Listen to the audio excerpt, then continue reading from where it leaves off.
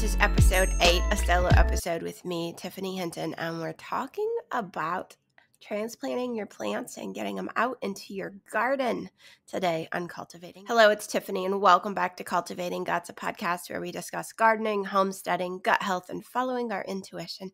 I'm excited to be back with you guys, and yes, I sound a little nasally. I have a sinus infection. Maybe we'll talk about that on the show, maybe not.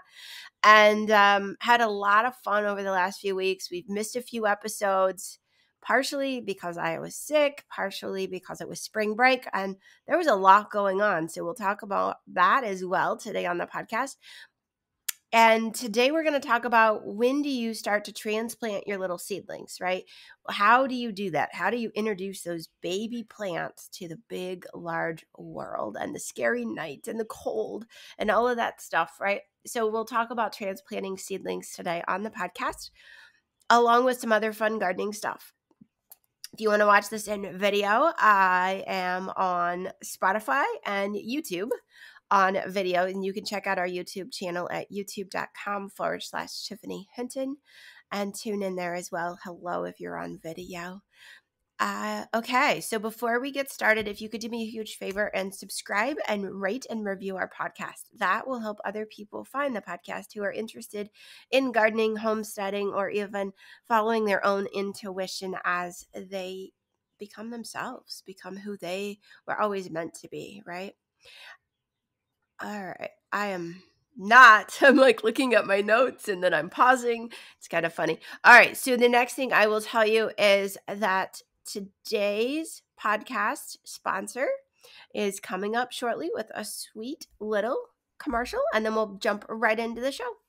Today's episode is sponsored by Cultivating Guts. We want to talk a little bit about our brand newish Little Witches Moon Gardening Club. And no, you don't have to be just a little witch. You could be a little wizard. The Moon Gardening Club happens in the north suburbs of Chicago. Once a month, the kids come together and have garden club. They have education, they have music, they have time with pets and animals, farm animals, chickens and rabbits, time in nature, and they learn biodynamic gardening skills. They learn the elements from fire, earth, wind, and water. They learn medicinal properties of herbs along with magical properties of plants. They learn to find their intuition, and they have space to create and just play. And it's a beautiful thing. And they're learning sustainable practices that'll help heal Mother Earth, that they'll be able to use to have a sustainable lifestyle in the future. If you would like your child to join us, or to learn more about the Little Witches Moon Gardening Club, visit our website, www.cultivatingguts.com. Sign your kid up today. New seasons and new clubs are the second or third week of every month. All right, welcome back to Cultivating Guts.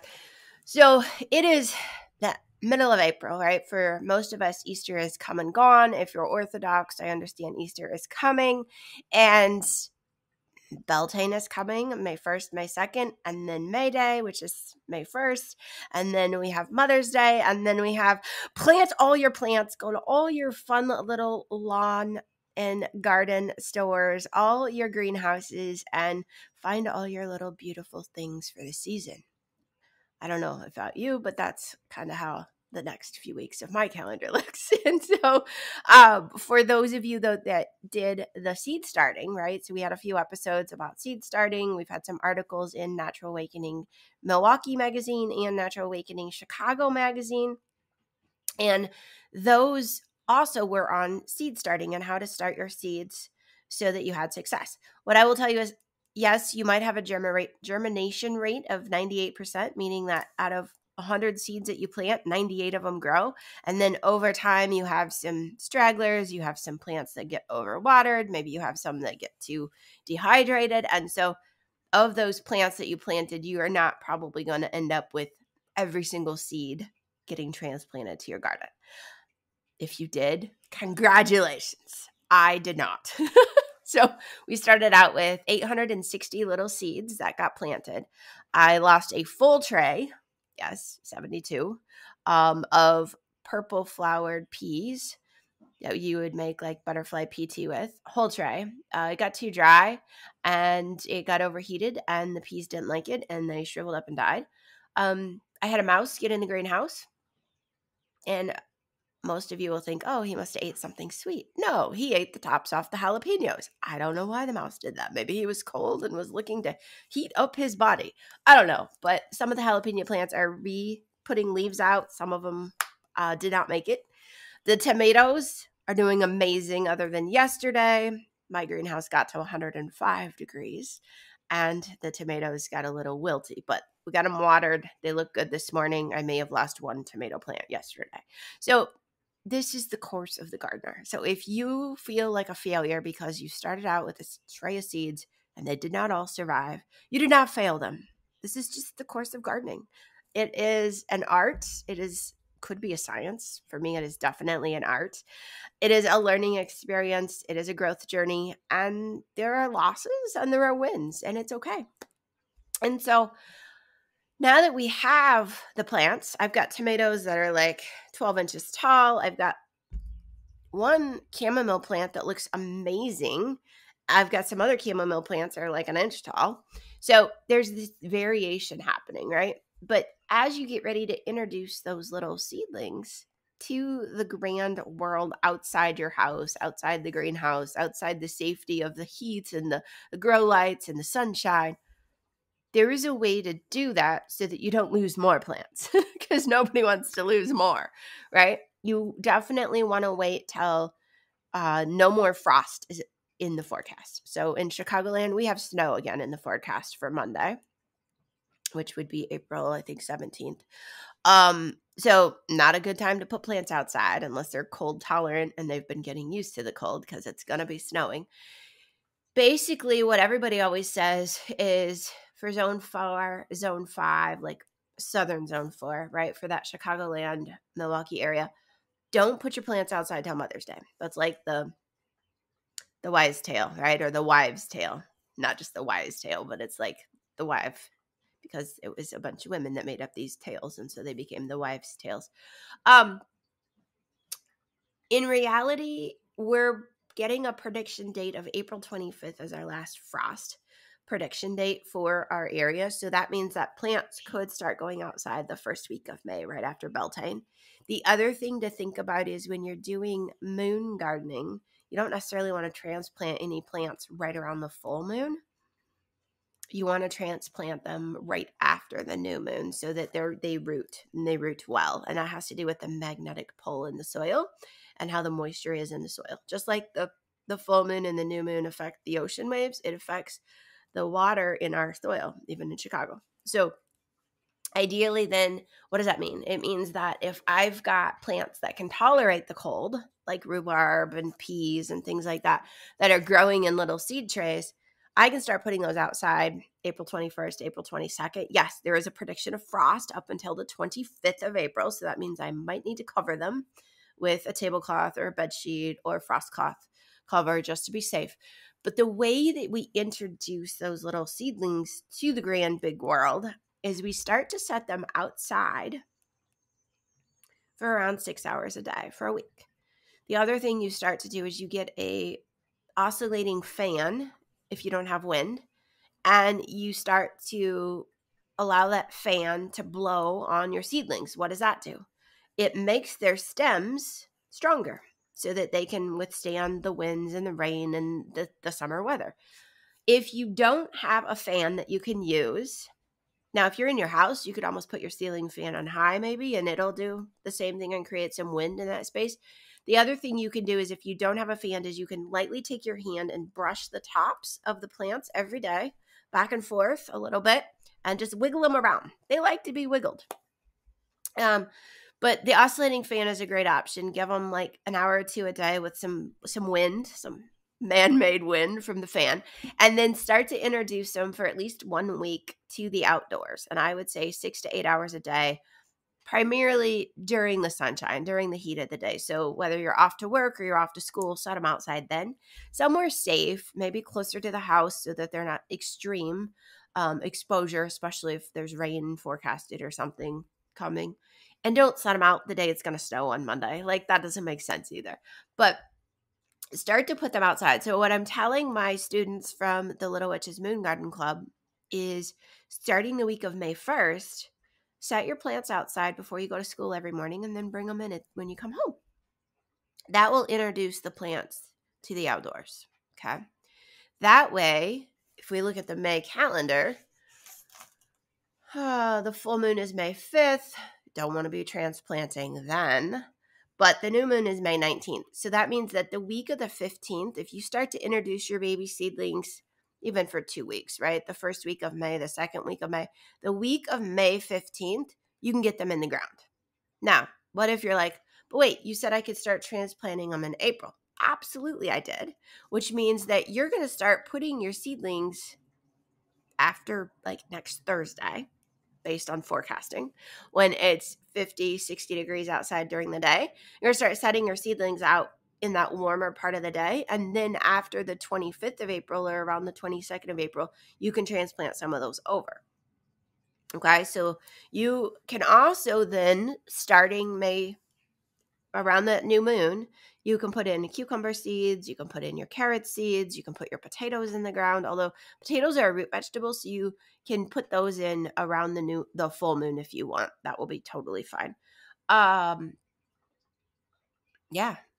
So I'm like, what other questions would somebody have about seedlings? When you get them transplanted outside, you could do a couple of different things. Add some compost to your garden, right? Whether you do like I do, which is no-till, and I just add 2 to 3 inches of compost right on top the garden, and then I plant right into that. You can add your compost that way. You can add a little bit of banana peels, some eggshells, especially if you're planting tomatoes. Dig a deeper hole, put a banana peel in the bottom of the hole, then a thin layer of dirt, and then plant your tomato. Okay? That will help create nutrients for the plants as they evolve and change. Some people will add like fish emulsion or earthworm casings as well when they start to plant their little seedlings over. You're going to want to watch your little seedlings to make sure that there's no snails or roly-polies or other things coming along, or clipper bugs, and eating your baby seedlings. If you start to see some of those things happening where you've got pest, you can try the red pepper flakes on the soil. You can try cinnamon. Last year I was using orange slices as baiting. And so a lot of the bugs would go to eat the orange, and then I would go out with gloves and I would scoop up the dirt and the orange and the bugs, and I would move them to the compost. There's a couple of different options. That's one of the reasons we ended up getting chickens, because we had so many roly-polies and grubs that I couldn't keep up. And so the chickens last summer, all fall, all winter, have been digging and eating grubs and roly-polies and other bugs that I just am ready to be out of my garden, that were introduced with a whole bunch of wood chips that we got that were infested. So chickens have been doing their job. All right. So that is, and I know this is a shorter episode, but that's basically how you transplant your seedlings. It's really not super hard. You just want to make sure that they're ready for the weather and they're ready for the wind. So that's where you get the fan, or you lightly touch the tops of them. For a lot of us too, our seedlings that we planted in January and February are rather large. So you might need to move them to a solo cup.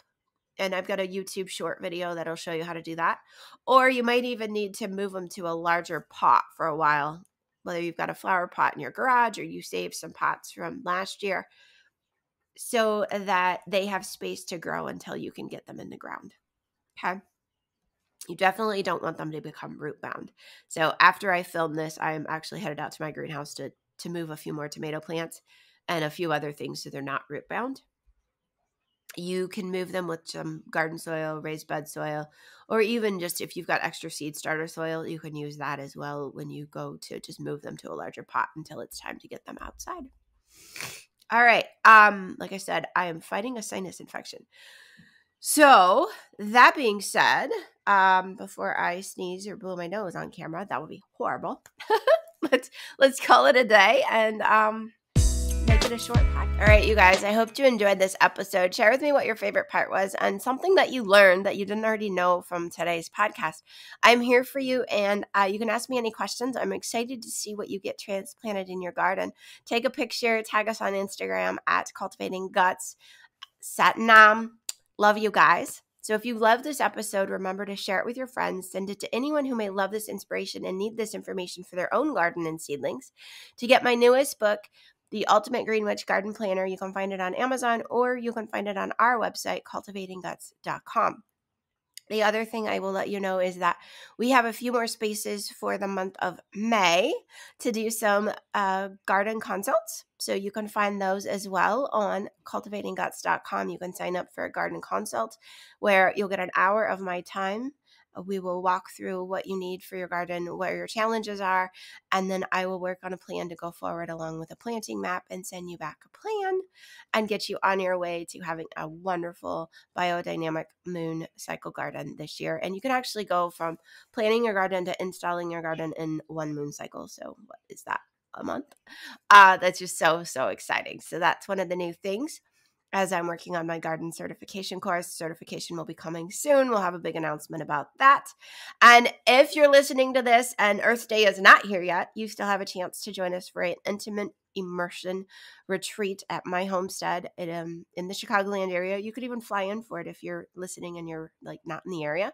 But we're spending all day learning about biodynamic gardening, getting our hands dirty, building some raised beds, doing some breath work, and so much more on April 22nd.